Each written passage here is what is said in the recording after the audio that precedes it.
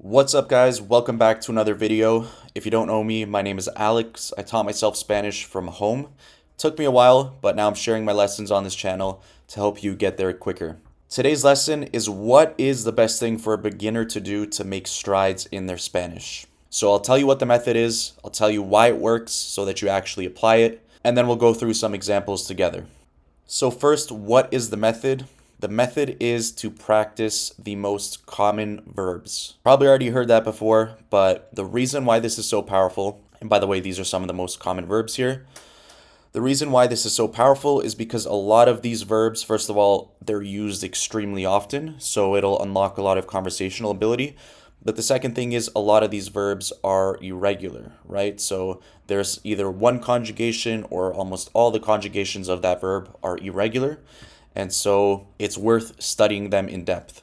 And if you're asking why is it that the most common verbs are irregular, it actually makes sense why that is. It's because the most commonly used verbs have been used frequently for a very long time. So they've kept their conjugation patterns and their conjugations haven't converged into the conjugation patterns that the rest of the verbs use. So they kept their original unique conjugations. Anyways, though. So now most people here conjugate the verbs and they think, okay, so I'll take the verb ser and I'll just conjugate it. So yo soy. Don't mind my writing with this. I still haven't gotten used to using a mouse to write. But anyways, yo soy, tú eres, etc., etc. And then they do that for each verb. But that's not very effective because you're not using the verb in context. So a lot of the time you'll do it and then you'll just forget it. And then you have to do it hundreds of times to actually get it to stick. A much more effective way to get the conjugations drilled into your head is to learn them in context. So in an actual sentence. So rather than poner, so for example with poner, it would be yo pongo, tú pones, él pone, etc. Rather than just writing that out on its own, you use it in context. So in this case, you put your phone on silent. So, and the other benefit of this is that you learn other vocabulary. So you might not know how to say on silent, which is en silencio. So how would you say this? You put your phone on silent. Tú pones, right? That's the conjugation of poner for tú. Your phone, tu teléfono en silencio. And then we can check our answer. Tú pones tu teléfono en silencio. Next one, it comes with a warranty. So yo is I, tú is you. There's no, the subject it doesn't actually have a word in Spanish. So there's no like it and then venir is the verb here. And you conjugate it as viene for this subject. There is no it in Spanish for a subject. So you just say viene. Viene con una garantía. And then you just go through and do all of these. So let's pick another random one. How about this one? They come to the conclusion that it's the best. So come is the verb, so venir. So ellos vienen, that's the conjugation. And obviously, if you don't know that, have the conjugation by your side so that you can refer to it. But take your stab at it first and then check your answer. So ellos vienen a la conclusión de que es lo mejor. Now, this one is a lot more complex than like the first sentence because it's not a direct translation. Like, where did this de que come from? They come to the conclusion that, okay, that is que, so that makes sense. But where is this de? As a beginner, you probably would miss that. So you probably just write, ellos vienen a la conclusión que es lo mejor. Actually, you probably wouldn't even have this lo here. El mejor is probably what you would say. Es el mejor. Ellos vienen a la conclusión que es el mejor. And then you'd read the answer and you'd be like, ellos vienen a la conclusión de que es lo mejor. And I used to get confused oftentimes when I'd come across something like this where my answer is different from the correct answer. And I wouldn't know why it's de que. So in this case, the reason why it's de is because la conclusión needs to have de following it. So they came to the conclusion of that it is the best. That's just how it works in Spanish. So oftentimes you'll come across things that like this one-off conclusión de I mean, at least that you learned it in this context is going to make it easier to memorize, but you're going to have to come across it multiple times for it to be fully acquired in your mind. And so as a beginner, you don't want to stress about this because whether you say a la conclusión de que or you just say a la conclusión que, you're going to be understood. You're just going to sound a little bit wrong if you don't have the de. But who cares? Your goal is to be conversational. Your goal is to understand people, to be able to express yourself. So don't focus on perfectionism. That's something I always say. Do not try to be perfect. And another thing is the el being lo.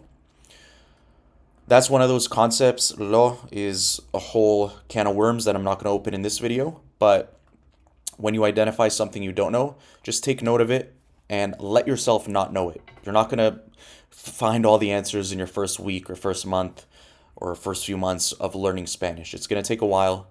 And at the beginning, you just have to expose yourself to certain concepts, understand that they exist, understand that you don't know them, and understand that eventually you will learn them. But be patient with yourself. You're not going to learn everything. Let yourself make mistakes. Okay, that's another thing I always say.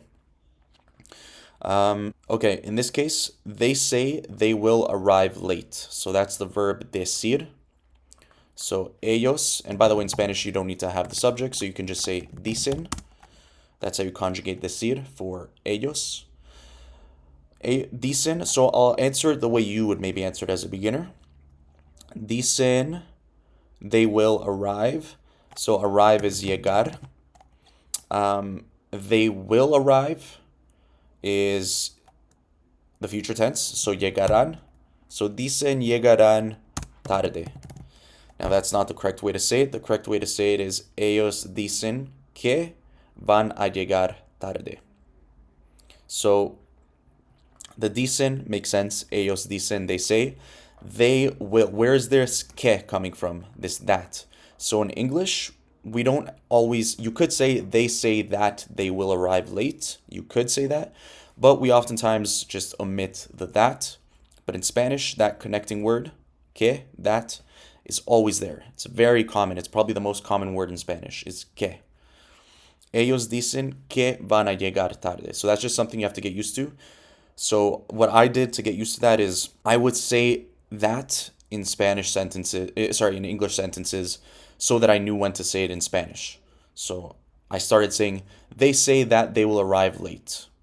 I just started getting used to that so that I could, when it came time to speak Spanish, it was already natural for me. So ellos dicen que van a llegar tarde. So when you're connecting two ideas like that, there's a que in between to connect them. So ellos dicen que van a llegar tarde. So van a llegar, that's, again, I don't want to open another can of worms here, but you could also say que llegarán tarde. So if it lets me, okay, it's not letting me, but let me type it out here. Ellos dicen que llegarán, sorry, I should have an accent here. Llegarán tarde. This is the future tense conjugation. Don't worry about the van a llegar construction right now if you're not familiar with it. But yeah, anyways, you would just go through these examples. So go through them and check the answers. So pause the video here, try and go through each one of these, and then check if your answer is correct. So I will now reveal the answers. There they are. So go through these. So certainly as you go through these, you'll probably have a lot of questions. So like, you guys take the time to listen. You might think that is usted. You guys is ustedes, like you plural. Take the time. Toman el tiempo. That's perfect one-to-one with English. That makes sense. To listen. In Spanish, the word to is a. So you might think it should be ustedes toman el tiempo a escuchar, but it's not. It's para escuchar. And these are things that you'll pick up on as you learn the language. So let yourself have questions. You're gonna, as a beginner, you're gonna have a lot of open-ended questions that you don't get answered. And I mean, with ChatGPT, you can ask all these questions. I didn't have that when I was learning, but not every answer is gonna make sense to you as a beginner. So let yourself have a bunch of open-ended questions. And yeah. Now, if you want to accelerate your path to becoming conversational, you can apply to work with me with a link in the bio. But if not, I'm going to be posting more videos, and I'll be helping you no matter what level you're at. So I will see you in the next video. Take care.